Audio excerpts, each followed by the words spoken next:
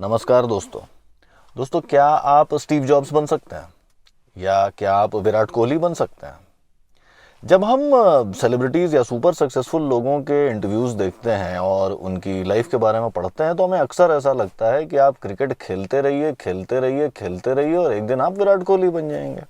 या फिर ऐसा कि आप कंप्यूटर्स के बारे में अपनी जानकारी, अपनी अंडरस्टैंडिंग बढ़ाइए, बिजनेस के बारे में अपना सोचने का तरीका इम्प्रूव करिए और थोड़ा आप स्टीव जॉब्स की तरह क्रिएटिव सोचने लग जाएंगे तो एक दिन आप स्टीव जॉब्स बन जाएंगे।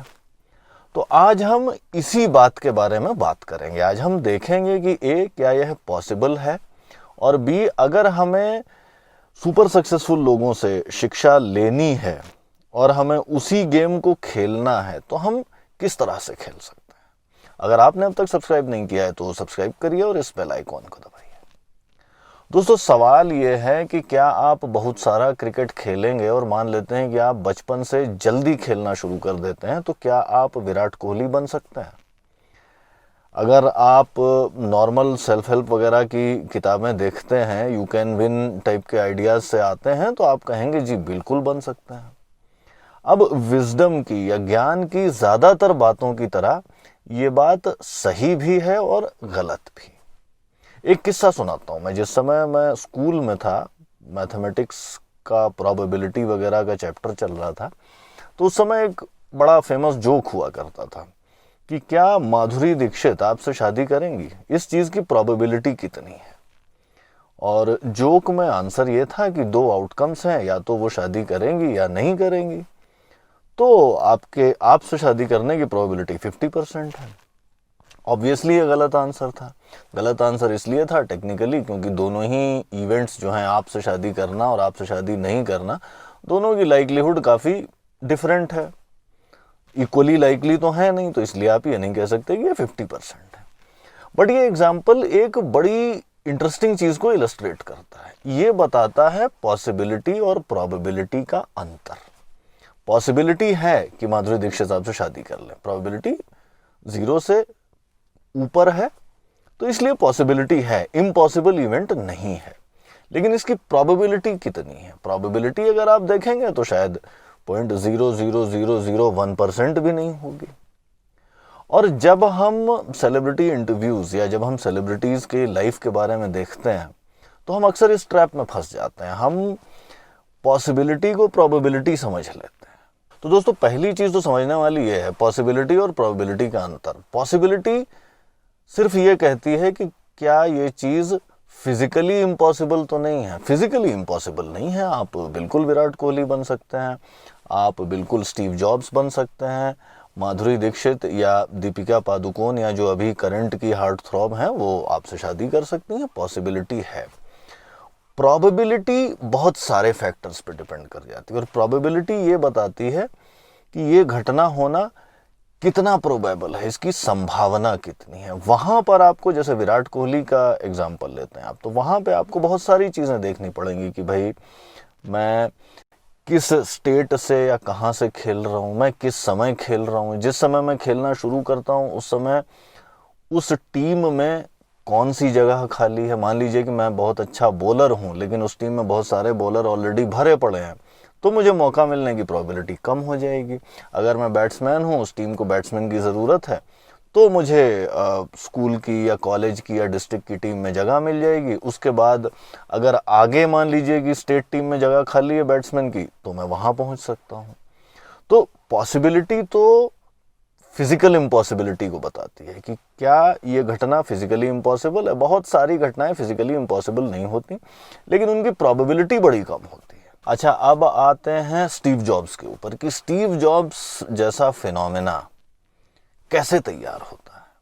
ऑब्वियसली स्टीव जॉब्स की जो कंप्यूटर्स के बारे में इंसाइट और अंडरस्टैंडिंग थी उसका बड़ा क्रिटिकल रोल है।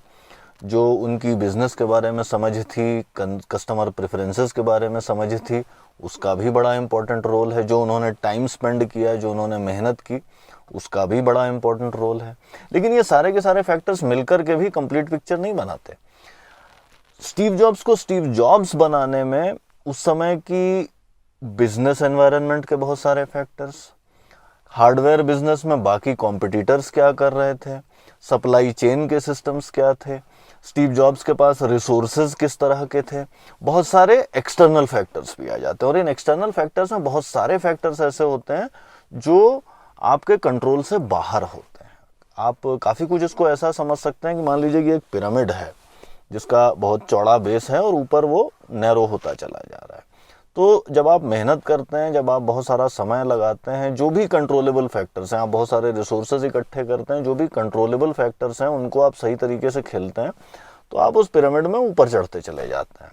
अब आप पिरामिड की करीब 60, 70, 80% हाइट तक तो आप अपनी मेहनत से और उन फैक्टर से जिनको आप कंट्रोल करते हैं वहाँ से पहुँच सकते हैं। लेकिन 80% पॉइंट से टॉप पे पहुँचना, वहां पर बहुत सारे ऐसे फैक्टर्स काम कर जाते हैं जिनका आपके पास डायरेक्ट कंट्रोल नहीं होता।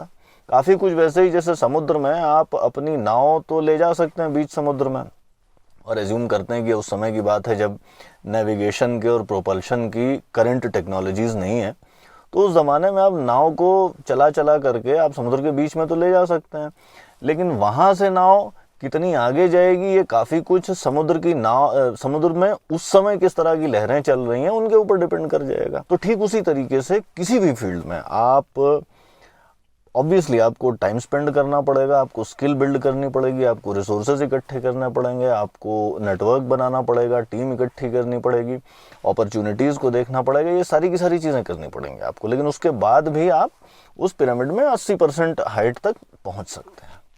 उसके बाद आप 80% हाइट से टॉप मोस्ट चोटी पर पहुंचेंगे या नहीं, ये बहुत सारे ऐसे फैक्टर्स पर डिपेंड कर जाएगा जिनका आपके पास में कंट्रोल नहीं होगा।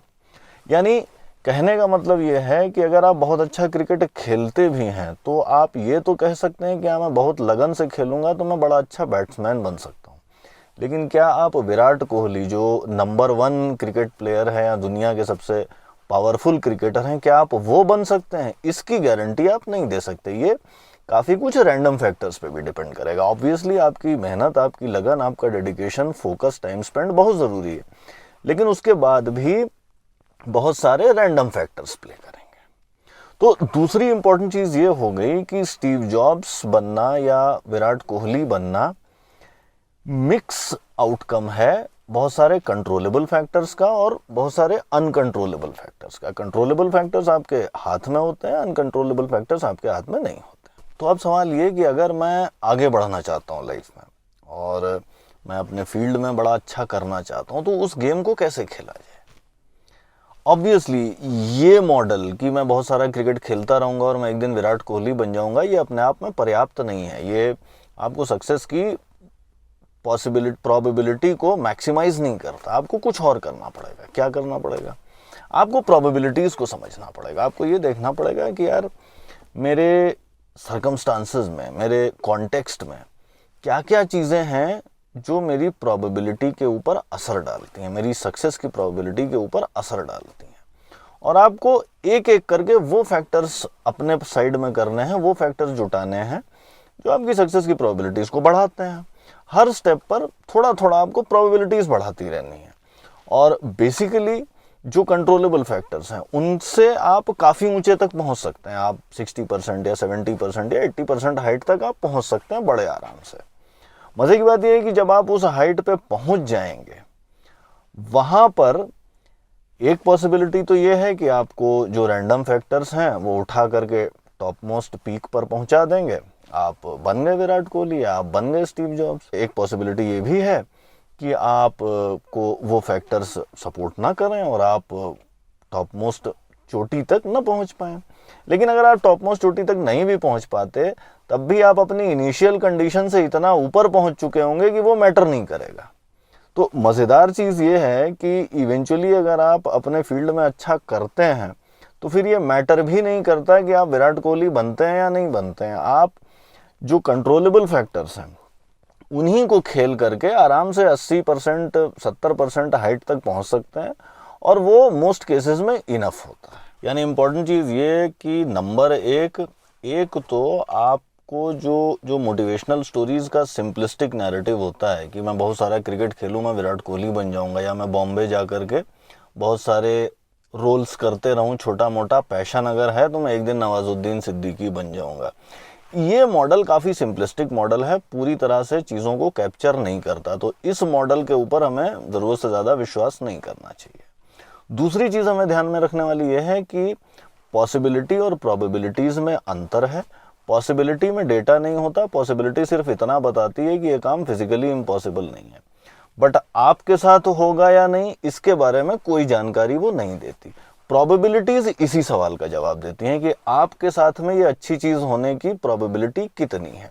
जब आप प्रोबेबिलिटी सोचने लग जाते हैं तब अगले स्टेप में आप ये भी सोचने लग जाते हैं कि यार क्या क्या काम करने से मेरी प्रोबेबिलिटी बढ़ जाएगी। जब तक आप रोज़ थोड़ा थोड़ा करके प्रोबेबिलिटी अपनी सक्सेस की बढ़ा रहे हैं, आप सही रास्ते पे हैं, कोई दिक्कत नहीं है। जब तक आप इस तरह से खेलते रहेंगे तो आपको रैंडम फैक्टर्स या लक की भी चिंता करने की ज़रूरत नहीं, क्योंकि अगर आप जो कंट्रोलेबल फैक्टर्स को ही सही तरह से खेल रहे हैं, प्रोबेबिलिटीज़ को हर स्टेप पे मैक्सिमाइज करते चले जा रहे हैं, तो आप अच्छी खासी हाइट पर अपने आप ही पहुंच जाएंगे। और वहाँ पर जब आप पहुंच गए तो फिर ये मैटर नहीं करेगा कि आपको वो रैंडम फैक्टर्स चोटी पर पहुंचा पा रहे हैं या नहीं पहुंचा पा रहे हैं। अगर पहुंचा देते हैं बहुत अच्छा, अगर नहीं भी पहुंचाते हैं तो भी कोई प्रॉब्लम नहीं है। तो दोस्तों, ये तो थी कहानी पॉसिबिलिटी और प्रोबेबिलिटी के अंतर की, और मोटिवेशनल कहानियों को सही तरीके से अपनी लाइफ में यूज़ करने की।